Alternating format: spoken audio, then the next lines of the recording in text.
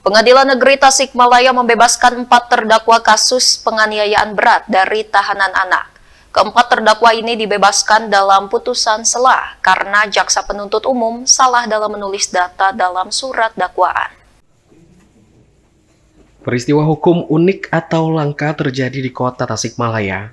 4 terdakwa kasus penganiayaan diputus bebas oleh Pengadilan Negeri Tasikmalaya. Putusan bebas terhadap 4 tersangka ini dibacakan Hakim Pengadilan Negeri Tasikmalaya dalam putusan sela. Hakim mengabulkan eksepsi kuasa hukum terdakwa yang menyoroti kesalahan penulisan data dalam surat dakwaan yang dibuat jaksa penuntut umum. Keempat terdakwa yang dibebaskan tersebut yakni berinisial DW, RRP, FM, dan RW. Keempat terdakwa ini diduga pelaku penganiayaan berat seorang pejalan kaki di wilayah kota Tasikmalaya. Terkait adanya putusan bebas terhadap 4 terdakwa ini, belasan keluarga korban sempat mendatangi rumah tahan anak. Mereka tidak terima dengan putusan bebas ini. Suasana sempat riuh dan petugas dari unit Sabhara Polres Tasikmalaya Kota langsung melakukan pengamanan di lokasi.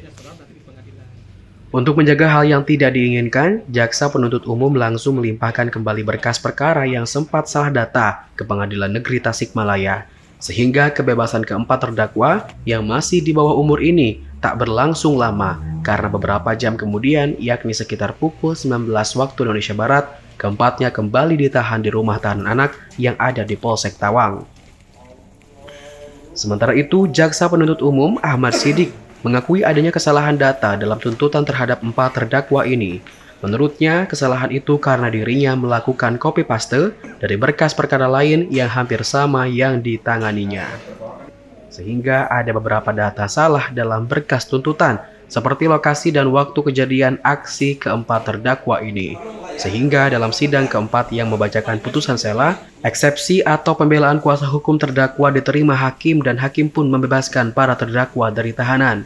Karena proses persidangan belum masuk pokok perkara, JPU melakukan langkah lain dengan melimpahkan ulang berkas perkara tersebut.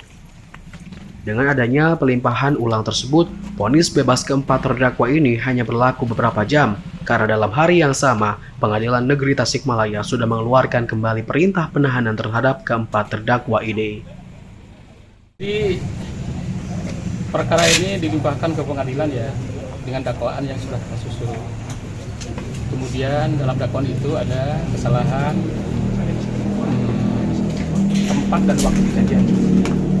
Kita menunjuk tempat di Letjen Pasifik yang memang pernah terjadi di situ.